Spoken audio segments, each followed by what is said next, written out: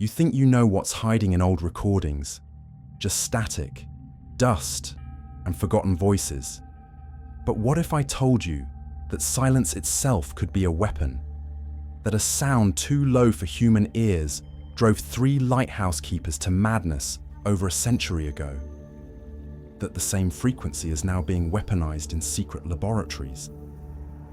My name is Leo, and I discovered that some mysteries are buried for a reason. When you dig up the past, sometimes the past digs back. The world for Leo was a waveform. It was a messy, chaotic signal, full of pops, hisses, and distortions, the random noise of human existence.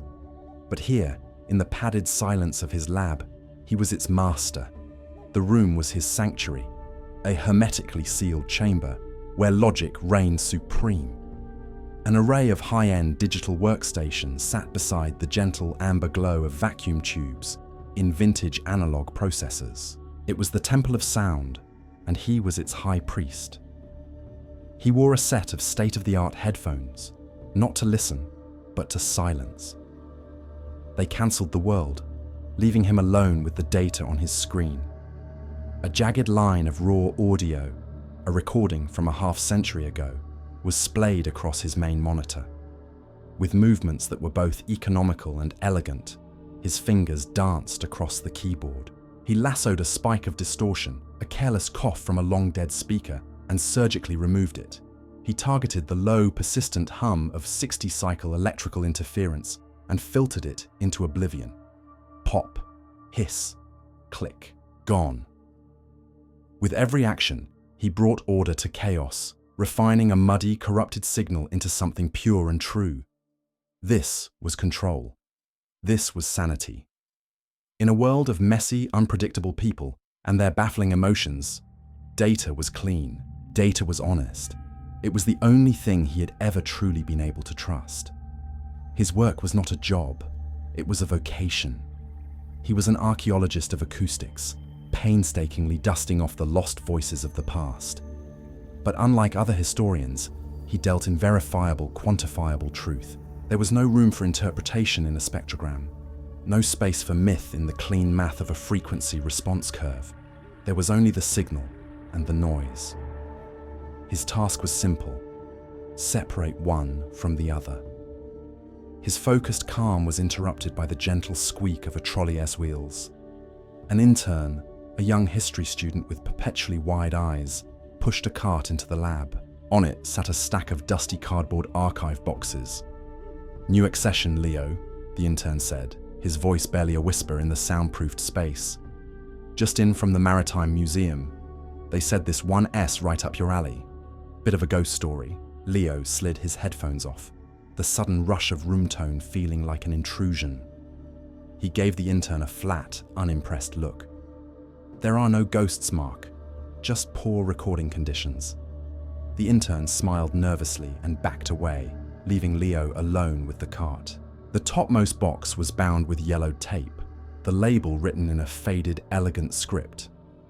Flannan Isles Lighthouse Archive, Accession 734. Leo felt a flicker of professional interest. The Flannan Isles. He knew the story, of course. Every maritime archivist did. The great unexplained mystery of 1900. 3 lighthouse keepers vanishing from a remote, storm-lashed rock in the Outer Hebrides, leaving behind only strange, unsettling clues. He lifted the lid, the smell of dust and decaying cardboard filling the air. Inside, nestled in yellowed cotton batting, were a dozen delicate brown wax cylinders. They were relics, fragile ghosts of a forgotten technology. He chose one labelled NBS Radio Report, Jan 1901, and with the gentle precision of a surgeon, placed it onto the turntable of a custom-built archeophone. He lowered the stylus. A cascade of static filled the lab, a century of decay made audible. Then, through the noise, a voice emerged, rich and formal, imbued with the distinct, slightly theatrical cadence of the early 20th century. "The investigation by the Northern Lighthouse Board has yielded more questions than answers," the announcer declared, his voice a disembodied oracle from the past. The relief vessel Hesperus arrived at Island Moor to find no sign of the keepers. The lighthouse was unlocked. Inside, the clocks had all stopped. A half-eaten meal of salted mutton lay on the kitchen table, and a single chair was overturned, as if knocked aside in a moment of sudden panic. Leo listened with detached interest, his mind already working on the technical problems. The amplitude was weak, the surface noise was atrocious. He would need to run a decrackle algorithm, then a dynamic range compressor just to make the voice fully intelligible. He wasn't hearing the story, he was analyzing the signal. Most unnerving, the announcer continued, his tone dropping to a conspiratorial hush, were the final entries in the logbook. Principal Keeper Thomas Marshall wrote of an unprecedented storm, of winds the likes of which he had never seen. He wrote that James Ducat, a seasoned mariner, was very quiet, and that William MacArthur, a famously tough and brawling sailor, was seen weeping. This, despite the fact that no storms were reported in the area at that time. The log ends there. The men vanished. The island swept clean, leaving the world to wonder what terrible fate befell those lonely sentinels of the sea. Leo scoffed quietly. He'd read the official report. The eerie details were easily explained by people unfamiliar with the raw power of the Atlantic. A rogue wave, a sudden freakish monster of water, could easily have swept the men from the landing platform. It would account for everything: the suddenness, the lack of bodies, the reports of a storm that wasn't on any chart because it was a singular, localized event. It was tragic, yes, but it wasn't a mystery. The only mystery was why people insisted on wrapping their tragedies in folklore and superstition. He made a note on his digital log: heavy surface noise, significant signal degradation. Content is purely anecdotal. To him, the announcer's hushed tones were just another layer of noise to be filtered away. He worked through the cylinders methodically, restoring logs, weather reports, and supply inventories. The work was routine, almost boring. By the time the sun had set, casting long shadows across his lab, only one cylinder remained. He had saved it for last because he knew it would be the most challenging from a technical standpoint. The label read, Foghorn Test, Deck 12, 1900. The day the logbook claimed the strange behavior began, he placed the final cylinder on the player. As the recording digitized, a waveform began to draw itself across his screen. It was exactly what he expected. The massive rectangular block of the Foghorn S-Blast, a powerful, low-frequency sound designed to cut through miles of dense fog. It was a purely functional signal, the antithesis of the announcer's dramatic storytelling. He leaned back, ready to apply the standard noise reduction filters and call it a night. But then, he saw it. He leaned forward, his chair creaking in the silence. It was on the spectrogram display, the visual representation of the audio spectrum. Below the thick, dominant bar of the Foghorn S audible blast, down in the region that was technically silent, there was another signal. It was a faint but persistent line, a ghost in the machine, occupying the absolute lowest frequencies of the recording the infrasound range, below 20 Hz. A sound so low it was impossible for a human to hear. It shouldn't have been there. It wasn't the rumble of the ocean. That would be a chaotic, messy smear. It wasn't an artifact of the recording equipment. That would present as a uniform hum. This was different.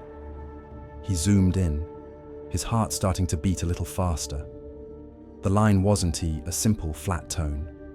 It was complex, modulated, a structured, repeating pattern.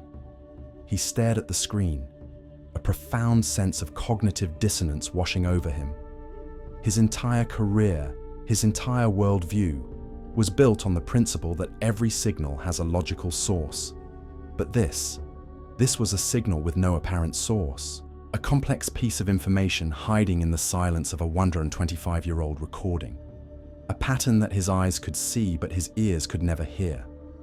The rational, ordered world of his lab suddenly felt very small. On his monitor, the impossible signal pulsed with a silent, rhythmic beat, a question mark drawn in the language of pure data. And Leo, the man who had an answer for everything, could only stare.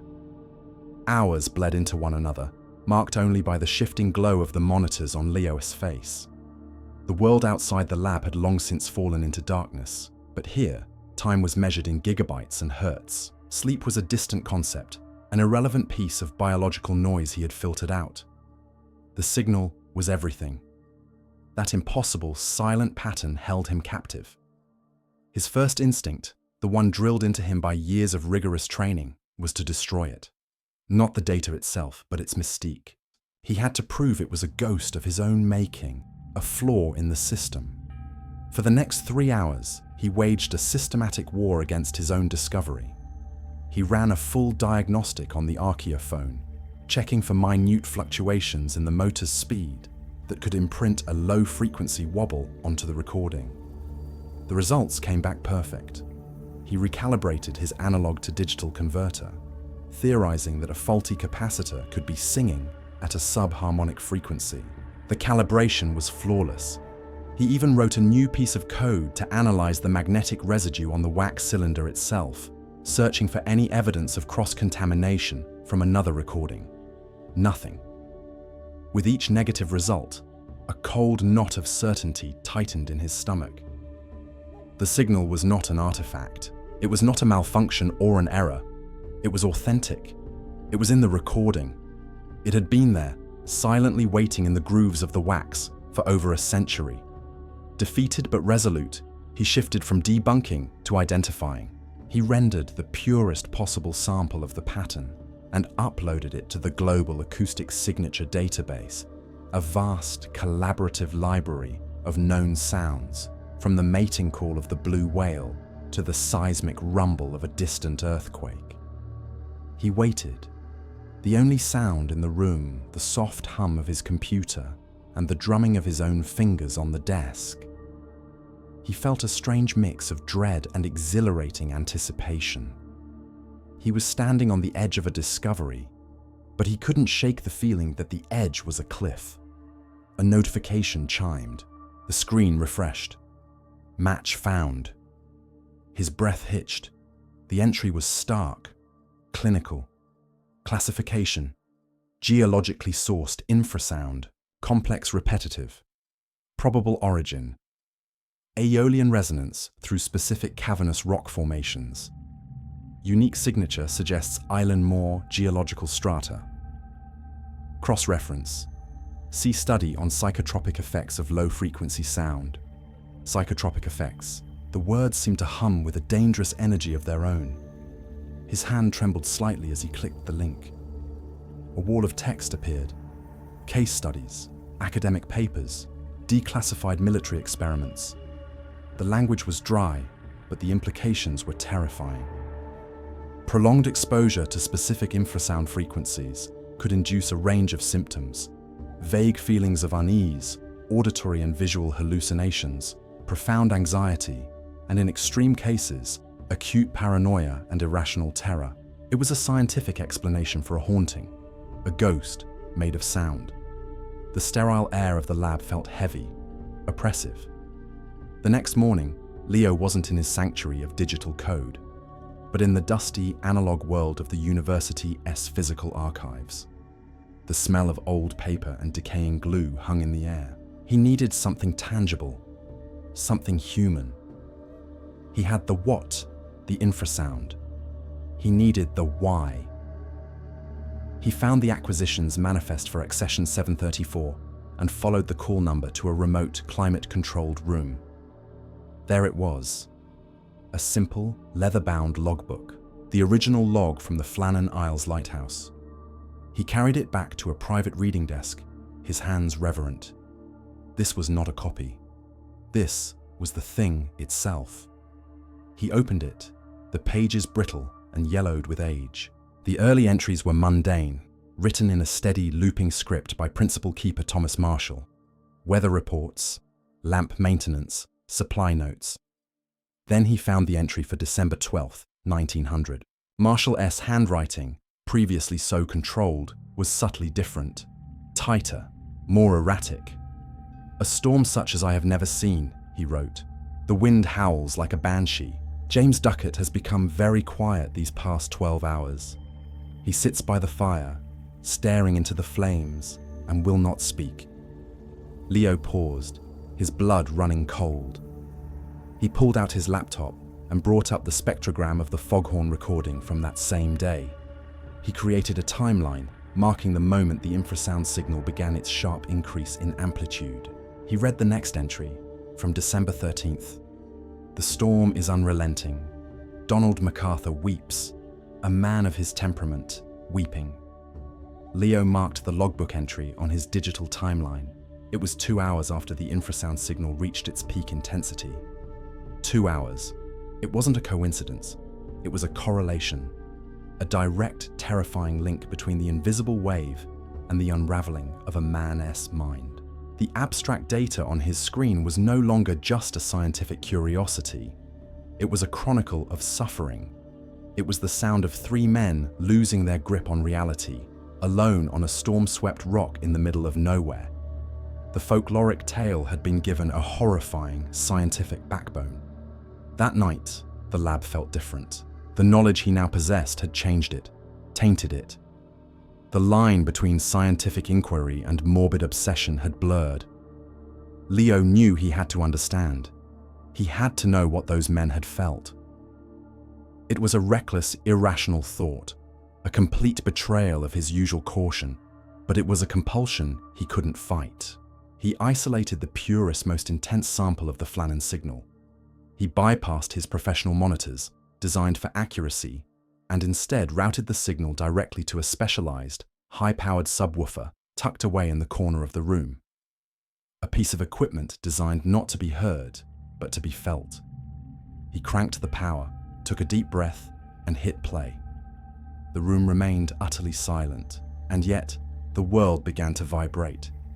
It started in the soles of his feet, a deep, gut-wrenching thrum that seemed to bypass his ears and travel straight up his spine. It wasn't a sound, it was a presence. A deep pressure began to build behind his eyes, in his sinuses, in the hollow of his chest.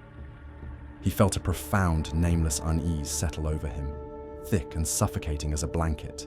His own controlled breathing seemed loud, intrusive. He tried to focus, to document the sensations with clinical detachment, heart rate increasing, mild nausea, feeling of apprehension. But the feeling was growing, mutating from simple anxiety into something sharper. Paranoia. He felt an overwhelming certainty that he was being watched. He scanned the corners of the room, the deep shadows between the equipment racks. He knew he was alone, but the feeling screamed otherwise. A stack of papers on a nearby desk suddenly fluttered, a single sheet gliding to the floor. Leo jumped, a strangled gasp escaping his lips, his heart hammering against his ribs. It was just the vibration from the subwoofer, a simple matter of physics. But in that moment, his rational mind was a distant voice, drowned out by a primal wave of fear. The feeling of being watched was no longer a feeling, it was a certainty. There was someone in the shadows. He could almost see the shape of them. He couldn't take it anymore.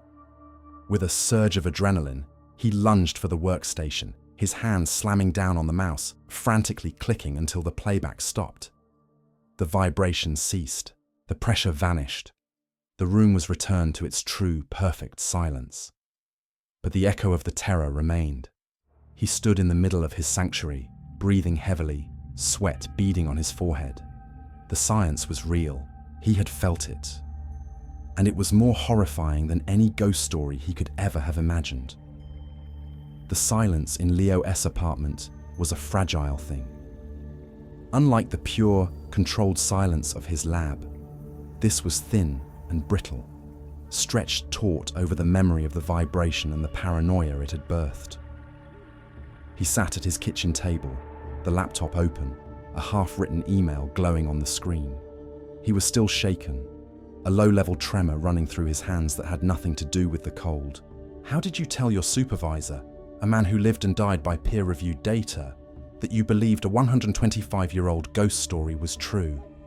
He tried to frame it in the driest, most academic language he could. Preliminary analysis of the Flannan Isles archive, accession 734, has revealed a significant acoustic anomaly. a persistent, complex infrasound signal, correlating with logbook entries detailing acute psychological distress among the keepers. It sounded insane. He could already picture Dr. Finch's kind but dismissive reply, suggesting he take some time off, that he was getting too close to the material. He scrubbed a hand over his tired face. Maybe Finch was right. Maybe he was just exhausted, projecting patterns onto noise. He was about to delete the entire draft when a new email notification popped onto his screen. It was from a sender he didn't recognize, a jumble of letters and numbers. The subject line was blank. He hesitated, a fresh wave of the paranoia he felt in the lab washing over him. He clicked it open. The message was 5 short lines of stark, monospaced text. The Flannan signal is not an accident. You are not the first to find it. The Aethelred Institute donated those cylinders for a reason. They know you have it. Stop digging. Leo's blood ran cold. It felt as if a hand had reached out of the screen and clamped around his heart. The Aethelred Institute. The name was vaguely familiar. He quickly switched to a search engine. The results came up instantly. The Aethelred Institute was a geological research firm, a non-profit with a portfolio of environmental studies and a board of decorated academics. Their website was a masterpiece of corporate sterility stock photos of smiling scientists in hard hats, articles about tectonic plate monitoring, a mission statement full of meaningless buzzwords like synergy and paradigm. It was perfectly respectable, and in its utter blandness, it was terrifying. It was a wall of white noise designed to hide something. Someone knew what he'd found, and they wanted him to bury it. His heart was hammering now, a frantic rhythm against his ribs. The fear was back, but this time it was different. It wasn't the vague, supernatural dread from the infrasound. This was sharp, specific, and human. He was staring at the email, rereading the words, when another notification chimed. A second email from the same anonymous sender. This one was even shorter. The body contained only a single long string of alphanumeric characters. Below it, one sentence. They hide in plain sight. A password. But for what? The message was a riddle. They hide in plain sight. His eyes darted back to the Aethelred Institute's webpage on his other monitor. It was so clean, so professional. It was the perfect place to hide something. On a hunch, a wild leap of logic, he navigated to the bottom of the page and found a small, discreet link. Staff portal. It took him to a simple login page. His fingers trembled as he copied the string of characters from the email and pasted it into the password field. He held his breath and clicked enter. Access granted. He was in. He had breached the wall of noise. He was staring at the Aethelred Institute's internal server directory. The folder names were clinical, esoteric, geological surveys, funding proposals, Project Moirai. The names snagged in his mind. The Moirai. In Greek myth, they were the Fates, the 3 sisters who spun, measured, and cut the thread of life. Another folder was labeled Acoustic Resonance Field Tests. He clicked it. Inside was a list of video files, organized by date. His eyes found the most recent one, from just last month. He clicked play. The footage was stark, shot in high definition from a fixed camera in the corner of a room. The room itself was small, white, and soundproofed, furnished with only a single metal chair. A man in his 40s, looking nervous but healthy, sat in the chair. A disembodied voice spoke over an intercom, the tone calm and clinical. Subject 4B, begin phase 1 replication of Flannan's signal. Time mark, 0. Leo felt a sickening lurch of recognition. He watched, frozen, as the man in the chair began to fidget. He rubbed his temples. He cast uneasy glances toward the corners of the room. The first 5 minutes mirrored Leo's own experience, the unease, the growing anxiety, but it didn't stop there. At the 10-minute mark, the man began clutching his head, rocking back and forth. His breathing grew ragged. "Please," he whimpered. Please make it stop. The technician's voice was unmoved. The test is not complete. Please describe what you are experiencing. The man's eyes were wide with terror now, darting around the empty white room. The walls, he gasped, his voice a choked sob. The walls. They're whispering. He let out a raw, terrified scream, a sound of a mind tearing itself apart. He scrambled from the chair, pressing himself into a corner, clawing at his own ears, just as Leo had. I hear them! I hear them! Leo watched, his stomach churning, his mind reeling in horror. This wasn't a historical accident. It was a deliberate, repeatable process. A weapon. The science he had painstakingly uncovered, the elegant, terrible truth behind a century-old mystery, was being used right now, systematically, to torture people, to drive them mad. This wasn't research. This was a monstrosity. He was so transfixed by the horror on the screen that he almost didn't register the sound from his living room. A loud, splintering crash. Leo's training, his entire life of detached analysis, vanished in a flood of pure adrenaline. He didn't think. He reacted. He ripped the backup hard drive, the one containing the Flannan recording, and the video he had just downloaded from its USB port, and dove under his desk, curling into a ball. Heavy footsteps pounded on the floorboards of his small apartment. The door to his office slammed open. Two figures dressed in dark tactical gear, black from head to toe, swept into the room. They moved with a chilling, professional efficiency. One went straight to his desk, yanking the computer tower from its connections. The other snatched his laptop. They didn't search. They didn't look for valuables. They knew exactly what they wanted. They were in and out in less than 20 seconds. And then silence. A profound, ringing silence that was infinitely more terrifying than the noise of their entry. Leo stayed under the desk, clutching the small rectangular hard drive to his chest, his breathing shallow and fast. The digital threat had become physical. The conspiracy wasn't just on his screen anymore. It had kicked down his door. His sanctuary had been violated. His rational, ordered world had been shattered. For 2 days, Leo lived in the city's anonymous currents. He rode subways to their final stops and back again, slept in 24-hour cinemas, and ate from vending machines. Every face in the crowd was a potential threat. Every sudden movement, a reason to flinch.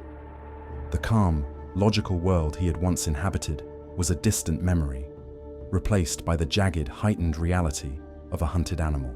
He clutched the strap of his backpack, the weight of the small hard drive inside both a burden and his only reason for living. He had one last, desperate idea. There was only one person he could think of who might believe a story this insane, precisely because her own life had been ruined by a similar one.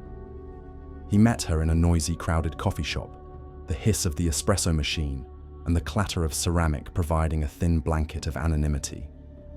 Evelyn Reed looked older than he remembered. The fiery investigative journalist who had been a guest lecturer at his university years ago was gone, replaced by a woman with tired eyes and a deep-seated weariness etched around her mouth. She ran a cynical blog now, a place where she catalogued government overreach and corporate malfeasance with a kind of weary resignation. "Leo," she said, her voice raspy, "you look like hell." "They broke into my apartment," he began, his own voice a low, urgent whisper. He leaned forward, the words tumbling out of him in a frantic rush. He told her everything: the wax cylinders, the anomalous frequency, the logbook, the psychotropic effects, the Aethelred Institute, the video. Evelyn listened with a practiced patience, stirring her coffee without meeting his eyes. It was a look he imagined she gave to dozens of people who emailed her with frantic theories about shadow governments and secret cabals. When he finished, she took a long sip and sighed. "Infrasound," she said, her tone flat. "It is a classic. Right up there with directed energy weapons and psychotronic mind control.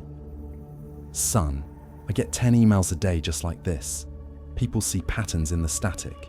They need a conspiracy to make sense of a world that doesn't No, you don't understand, Leo insisted, his voice cracking. I have proof. I have the data, the original recording, the video from their own server. Everyone has proof, she cut him off, her patience finally fraying. A blurry photo, a redacted document, a feeling they get when the power lines hum. You're a brilliant technician, Leo. You're also exhausted, and you've been through a trauma. Your brain is connecting dots that aren't there. The dismissal, so calm and rational, was more infuriating than any threat. He was the scientist. He was the one who dealt in evidence. And now he was being treated like a frantic believer, a purveyor of superstition. The irony was a physical, bitter taste in his mouth. Just look, he pleaded. That's all I ask. Just look at the data. Evelyn S. apartment was the physical manifestation of a life spent chasing ghosts. Where Leo S. lab was a monument to sterile order, her home was a chaotic archive of righteous paranoia. Stacks of yellowing newspapers teetered precariously. File boxes overflowed with documents covered in handwritten notes, and a web of outdated computer cables snaked across the floor. It was the lair of someone who never threw anything away, because you never knew what might be a clue. The air smelled of dust, paper, and stale coffee. She led him to an old, beige computer tower humming loudly on a desk. Fine, she sighed, collapsing into a worn office chair. Show me your proof. Show me the ghost in the machine. With trembling hands, Leo plugged in the hard drive. He didn't bother with the audio files. He knew that data, no matter how clean, wouldn't be enough. He went straight for the video. He clicked play. The stark white room appeared on Evelyn S.'s dusty monitor. The test subject, the clinical voice of the technician. Leo watched Evelyn S.'s face as the scene unfolded. For the first few minutes, her expression remained skeptical, but as the subject in the video began to unravel, as his anxiety bled into palpable terror, her cynical demeanor began to dissolve. The tired blogger vanished, replaced by the sharp, focused investigator she once was. Her eyes narrowed, her posture straightened. She leaned closer to the screen when the man started screaming about the walls, whispering. When the video ended, she didn't speak for a full minute. She just stared at the screen, her face pale. Play it again, she said, her voice quiet but firm. He did. She watched the entire horrific sequence a second time, her journalistic mind absorbing every detail. Finally, she pushed back from the desk. Aethelred, she whispered, the name tasting like ash in her mouth. I knew I'd heard it before. She moved with a sudden, renewed purpose, navigating the chaotic maze of her apartment to a towering stack of file boxes in the corner. She scanned the labels, her fingers running over years of dead ends and forgotten crusades. Here, she said, pulling a heavy, dust-covered box from the middle of the stack. She blew a cloud of dust from the lid and opened it. Inside were files on a cold case from 15 years ago, the disappearance of a prominent geologist named Dr. Alistair Finch. He had been conducting research on seismic anomalies on a remote island and vanished without a trace. The official story was that he was lost in a climbing accident. His family never believed it. Evelyn had pursued the story for months, but was stonewalled at every turn. She pulled out a faded financial report from the file. Finch S. Research, she said, her finger tracing a line of text, was funded by a generous grant from a private benefactor. She turned the paper toward Leo. The benefactor was the Aethelred Institute. The two cases, separated by more than a decade, suddenly snapped together. Leo S. digital evidence had just unlocked a piece of Evelyn S. analog past. They weren't chasing separate ghosts anymore. They were fighting the same monster. Night fell, but they didn't notice. Fueled by coffee and adrenaline, they worked. Their two worlds merging into one cohesive investigation. Leo S. technical skills paired with Evelyn S. investigative instincts. He decrypted Aethelred S. financial records while she cross-referenced them with her old contacts and databases. They found a complex web of shell corporations, offshore accounts, and redacted government contracts. Aethelred wasn't just a research firm. It was a shadow organization, operating with limitless resources and impunity. Then, Leo found it. A deed of sale, processed through 3 different shell companies, dated just 2 weeks ago. The Aethelred Institute had purchased a small, uninhabited island in the North Atlantic. He pulled up the geological surveys. The island, a barren speck of volcanic rock named Surtsey II, had a geological profile that was a near-perfect match for the Flannan Isles. My God, Evelyn breathed, looking over his shoulder. They found another source, a place where the resonance occurs naturally. They are not just studying it, Leo said, a new, horrifying understanding dawning. They're rebuilding something. He navigated to another folder containing shipping manifests and building permits. The items being sent to the island weren't tea for research. They were industrial scale, power generators, parabolic dishes, high-gain signal amplifiers. They were planning to amplify it, to broadcast it. The sheer scale of it was unthinkable, a weapon that could drive an entire city mad. As the weight of their discovery settled on them, a new sound entered the room. It was low, almost subliminal, a soft, deep hum. Leo froze. He knew that frequency. He had felt it in his bones. It was coming from Evelyn S. high-end stereo speakers, which she used for her blog S audio production. The small green power light on the amplifier was on. "Did you turn those on?" Leo asked, his voice barely a whisper. "No," Evelyn said, her eyes wide with dawning horror. They were off. The hum grew infinitesimally louder, a vibration that slid beneath the floorboards. They had been found. The trap hadn't been on a remote island or in a secret lab. It was here.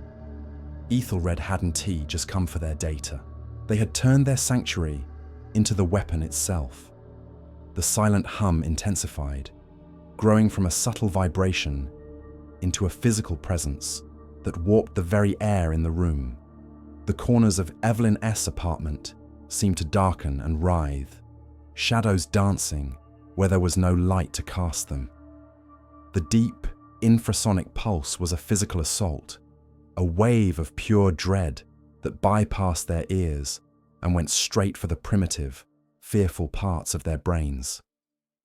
"They knew we were here," Evelyn hissed, her eyes darting toward the windows. "How could they know? Maybe they didn't have to," Leo shot back, his own voice tight with burgeoning paranoia. "Maybe you led them here. That old case file, maybe you never really closed it." Evelyn stared at him, her face a mask of disbelief and hurt. "You think I'm working for them? After what you just showed me? I don't know what to think," Leo yelled, clutching his head as a wave of dizziness washed over him. The weapon was working. It was turning them against each other, dissolving trust into suspicion.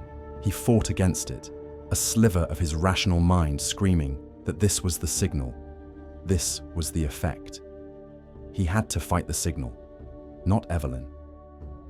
His eyes scanned the chaotic room, landing on a relic from Evelyn S.'s past, an old, heavy shortwave radio receiver sitting on a shelf, a dinosaur from the analog age.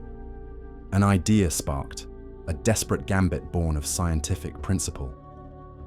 "The radio," he grunted, stumbling toward it. "I need it." He grabbed the heavy box and a tangle of cables from one of Evelyn's bins. His hands were shaking, his thoughts swimming in a fog of irrational fear, but muscle memory and years of training took over. He was no longer a theoretical scientist. He was a field engineer in a war zone. He unscrewed the back of the radio, his eyes searching for the audio output stage. He needed to hijack its amplifier. He pulled his laptop from his backpack, the precious data drive still attached, and frantically began coding a simple program, a white noise generator. It was a crude theory. The Flannan signal was a complex, structured wave. White noise, by definition, contains every frequency at once. It was the acoustical equivalent of a flashbang. He might be able to create a disruptive counter-frequency, not to cancel the signal, but to jam it, to flood their minds with so much random sonic information that the coherent, terrifying pattern of the infrasound couldn't take hold. It was like fighting a whisper campaign with a hurricane of static. With a few quick surgical cuts, he spliced a cable from his laptop S headphone jack into the Radio S amplifier, then connected that to Evelyn's speakers. "Cover your ears," he yelled. He hit enter. A deafening blast of harsh, static hiss erupted from the speakers. For a terrifying second, it only seemed to add to the chaos, but then something miraculous happened. The deep, gut-wrenching vibration faltered. The cloying paranoia receded, like a tide going out. The writhing shadows on the wall resolved back into simple darkness. Leo S. jamming signal was working. It was an ugly, brutal sound, but inside its sonic cocoon, they were sane again. They were in a bubble of clarity, and they both knew it wouldn't last. "Now, Evelyn, now!" Leo shouted over the static. Evelyn was already moving. In that precious moment of lucidity, the seasoned journalist took over. She sat at her laptop, her fingers flying across the keyboard. "I have a drop point," she said, her voice grim and focused. "A secure server for whistleblowers, run by a consortium of international journalists. Once it S up, it S everywhere. They can't stop it." She connected to the server, authenticated her credentials, and dragged the entire data package from Leo S Drive into the upload window. The package was massive. The original Flannan recordings, Leo S analysis, the Aethelred research papers, the horrifying video of Subject 4B, and the financial records linking it all together. She hit upload. A thin blue progress bar appeared on the screen, crawling forward with agonizing slowness. 10%. 15. The front door of the apartment exploded inward, torn from its hinges in a shower of splintered wood. The race was on. Two men, dressed in the same dark tactical gear as the ones who had raided Leo S' apartment, moved through the splintered doorway. They were large, professional, their faces obscured by balaclavas. They paused for a second, disoriented by the chaotic acoustic environment, the deep, silent thrum of the infrasound still bleeding in from outside, fighting with the screeching hiss of Leo S. jammer. Leo knew he was no match for them physically. His mind, now blessedly clear, raced, seeking a weapon in the chaos he had created. He saw it, a studio microphone on a stand near the speakers. He grabbed the mic, cranked the gain on the amplifier to maximum, and pointed it directly at the speaker it was connected to. The result was instantaneous and savage. A piercing, high-frequency shriek of audio feedback ripped through the air, an unbearably painful spike of pure sound. Both agents recoiled, clutching their heads, their professional composure shattered by the sheer physical pain of the acoustic assault. It was a weapon made of a looped signal, a snake eating its own tail, and it was excruciating. That was all the time Evelyn needed. With a guttural roar, she shoved a towering, heavy bookshelf filled with years of files and research. It toppled over with a tremendous crash, blocking the doorway and trapping the disoriented agents behind a barricade of paper and wood. The feedback shriek died as Leo dropped the microphone. 25%.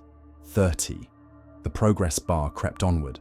They could hear the agents starting to stir behind the barricade. They had bought themselves seconds, not minutes.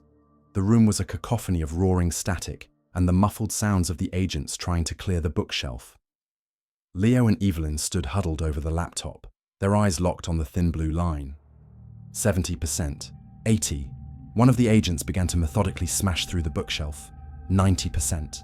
A hand appeared through a gap in the books. 95. The screen flashed. Package delivered. It was done. The truth was out. Evelyn didn't hesitate. She reached over and smashed her hand down on the red fire alarm pull station on the wall. A new sound joined the chaos, the deafening, rhythmic clang of the building S alarm bells. As sirens began to wail in the distance, growing steadily closer, Evelyn grabbed Leo's arm. "This way!" She dragged him toward the window. He took one last look at the scene, the destroyed door, the wailing static, the agents now scrambling to escape before the authorities arrived. He had his answer. He had solved the mystery of the Flannan Isles. It wasn't a ghost. It was something far, far worse. Evelyn threw open the window and they scrambled out onto the rusty iron of the fire escape. The cold night air, a shocking, clean slap in the face. Below them, the street was beginning to fill with the flashing red and blue lights of the approaching fire trucks. They had won. They had lost everything, but they had won. They descended the rattling stairs and, without looking back, disappeared into the chaos of the city night.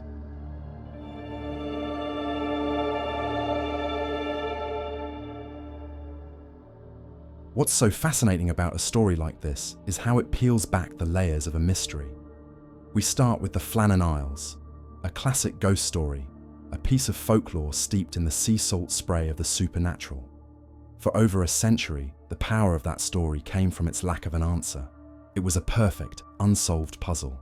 Then, science arrives in the form of Leo and his spectrogram. He finds a neat, rational explanation: infrasound, a natural phenomenon that drove the keepers mad. The ghost is busted. Mystery solved, right? But the story doesn't stop there, and this is where it gets truly interesting. The scientific explanation doesn't make the story less frightening.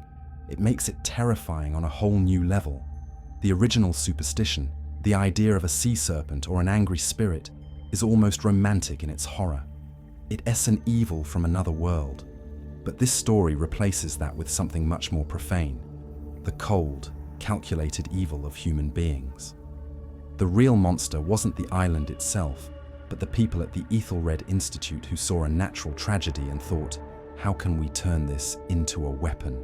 It proves that sometimes the most chilling explanation isn't the one that defies logic, but the one that confirms our worst fears about ourselves.